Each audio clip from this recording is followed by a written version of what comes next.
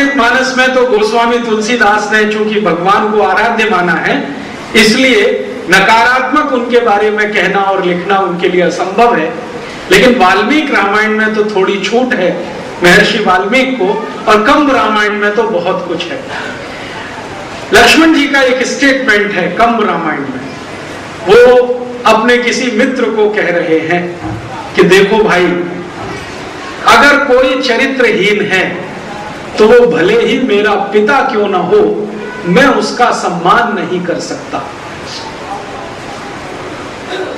तो उनका कोई मित्र है जिससे ये संवाद हो रहा है, वो पूछ रहा है कि तुम कहना क्या चाहते हो, जरा स्पष्ट कहो कि अगर कोई चरित्रहीन है तो भले ही मेरा पिता क्यों ना हो, मैं उसका सम्मान नहीं कर सकता, मैं पद का सम्मान नहीं कर सकता, धन संपत्ति का सम्मान नहीं कर सकता, उसके ओहदे का सम्मान नहीं कर सकता, और अंत में कहते हैं मैं ज्ञान का भी सम्मान नहीं कर सकता, मैं तो सिर्फ चरित्र का ही सम्मान कर सकता हूं।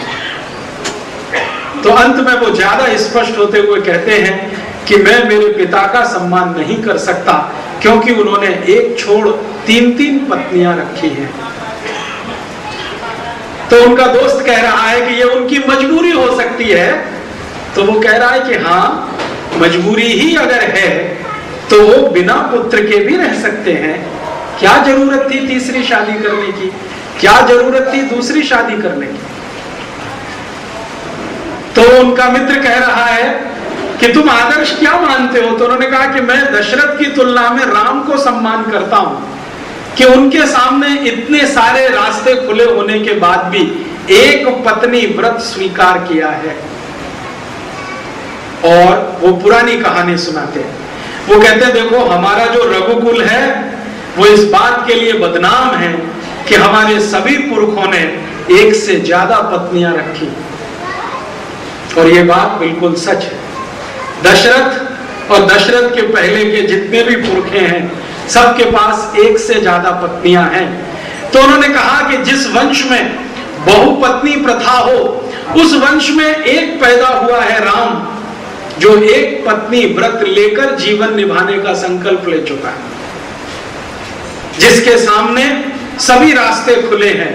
हर एक राजा अपनी पुत्री का विवाह राम से करना चाहता है, लेकिन राम ने सिर्फ सीता का वरण किया है, और एक ऐसी पत्नी का वरण किया है जिसके कुल का नहीं मालूम, जिसकी जाति का नहीं मालूम।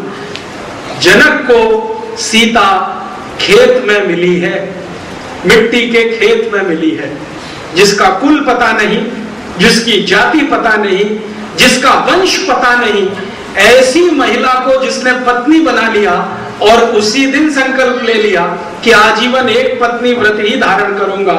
तो वो कह रहा है कि मैं तो राम का सम्मान कर सकता हूं, दशरथ का नहीं कर सकता। ये लक्ष्मण है, पितृभक्ति नहीं है, पिता के प्रति सम्मान भी नहीं है, मातृ भक्ति उनमें है। सुमित्रा की बात वो सुनते हैं, मानते भी हैं। तो जब सुमित्रा उनको कहती है कि देखो राम जा रहे हैं वन के लिए, तो तुम्हें उनकी परछाई के साथ चलना है, तो लक्ष्मण कहते हैं जैसी आपकी आज्ञा, मैं इस पर बहस नहीं कर सकता, विवाद भी नहीं कर सकता। राम लक्ष्मण को बहुत समझाते हैं कि लक्ष्मण बहुत कष्ट आएंगे, जीवन बहुत तकलीफ का होने वाला है, ये जो सुख सुविधाएं हमारे पास हैं, तुम क्यों मेरे साथ जाना चाहते हो। तो लक्ष्मण कह रहा है कि आप अगर न्याय के पक्ष में खड़े होना चाहते हैं तो मुझे क्यों रोक रहे हैं, मैं भी चाहता हूं कि न्याय के पक्ष में खड़ा रहूं। बाद में राम हारते हैं, संवाद में लक्ष्मण जीतते हैं, और लक्ष्मण कहते हैं मैं भी जाऊंगा। और अंत में सीता का आता है, सीता भी कहती है कि मैं तो आपकी अर्धांगिनी हूं, छोड़कर आपको रह नहीं सकती, वन गमन तो मुझे करना ही है। इन परिस्थितियों में वन गमन होता है। जो महत्व की बात मुझे रेखांकित करनी है वो ये कि राम जब वन गमन कर रहे हैं तो पूरी अयोध्या उनको विदा कर रही है, और अयोध्या वासी साथ साथ उनके चल रहे हैं, साथ साथ चल रहे हैं, पूरी सेना उनके साथ चल रही है, मंत्रिमंडल उनके साथ चल रहा है। थोड़ी देर तो राम ने उनको सबको चलने दिया, फिर जैसे ही अयोध्या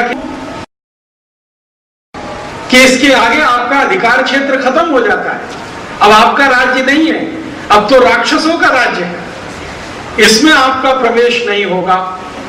तो राम ने सारी सेना को वापस किया है, सारे मंत्रियों को वापस किया है, सारे सहयोगियों को वापस किया है, और सीता और लक्ष्मण वही 3 वन के लिए प्रस्थान करते हैं। यहां जो समझने की बात है वो ये कि अगर वो चाहते तो पूरा लश्कर लेकर जाते, पूरी सेना लेकर जाते, पूरे सहयोगियों को लेकर जाते, और सब कुछ सुख सुविधाएं साथ में चल सकते थे। रथों में उनके लिए बहुत भोजन चल सकता था, भोजन बनाने वाले रसोइये चल सकते थे, दास दासियां चल सकते थे, धन संपत्ति रखी जा सकती थी, पूरी सेना की सेना उनके साथ जा सकती थी। लेकिन सबको वापस किया है। धन संपत्ति नहीं चाहिए, दास दासियां नहीं चाहिए, सेना भी नहीं चाहिए। वन गमन कर रहे हैं तो जो कुछ वन में मिलेगा वही खाएंगे, जैसा रहने को मिलेगा वैसे ही रहेंगे, जो परिस्थितियां होंगी उन्हीं के बीच में से रास्ता बनाएंगे। तब समझ में आता है कि उनके मन में कोई बहुत बड़ा संकल्प है, और वो संकल्प उनके कथन से सिद्ध होता है कि प्रजा के दुखों का सही ज्ञान तभी होता है जब आप प्रजा के जैसा जीवन जिए। तो वो प्रजा के दुखों का ज्ञान करना चाहते हैं। शायद उनके मन में कोई आदर्श राज्य स्थापित करने की कल्पना है जिसमें प्रजा के दुख समाप्त हो सके और कोई ऐसा राज्य बन सके जहां की प्रजा को कोई दुख ही ना हो। तो वो सबको वापस करते हैं, विदा करते हैं, और अकेले वनगमन उनका होता है। अकेले से मतलब लक्ष्मण जी और उनकी धर्मपत्नी सीता के साथ। वनगमन में जो जो घटनाएं घटित हुई हैं वो आपने सबने बार बार पढ़ी होगी, सुनी होगी। उन